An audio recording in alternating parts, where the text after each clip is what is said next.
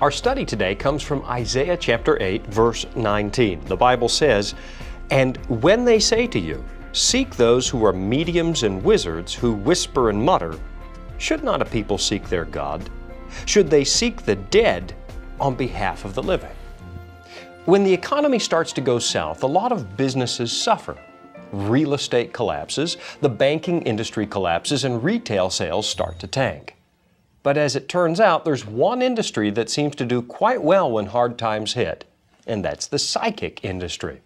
According to a news article from November 2009 that I stumbled across the other day, the fortune-telling business has been experiencing something of a boom during the economic crisis. Instead of people going to psychics looking for answers to questions about love and relationships, they're desperate to find answers about their economic future. Are they going to have a job in the near future?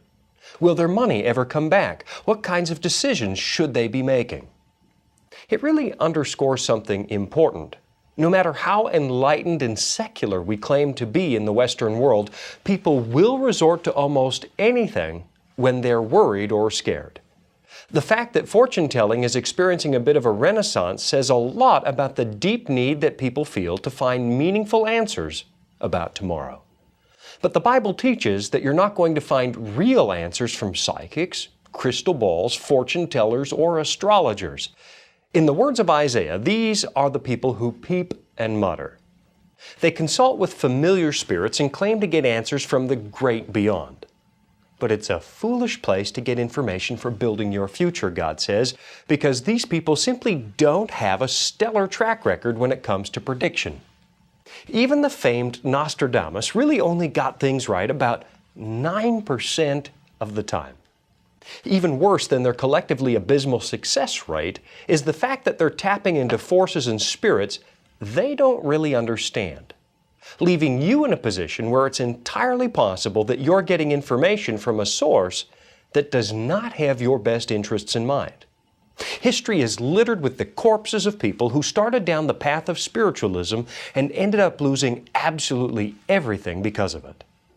But still, the human heart craves the ability to know. We're not happy to simply coast through our experience without having a sense of direction and purpose. We'd like to know that life will be worth living and that our lives are actually headed somewhere. And in today's passage, God gives the answer for that need. It's not found in the people who peep and mutter. It's found in the God who knows the end from the beginning.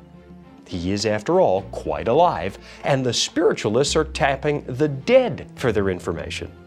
So think about it logically. Which source do you suppose is going to help you build a better way to live?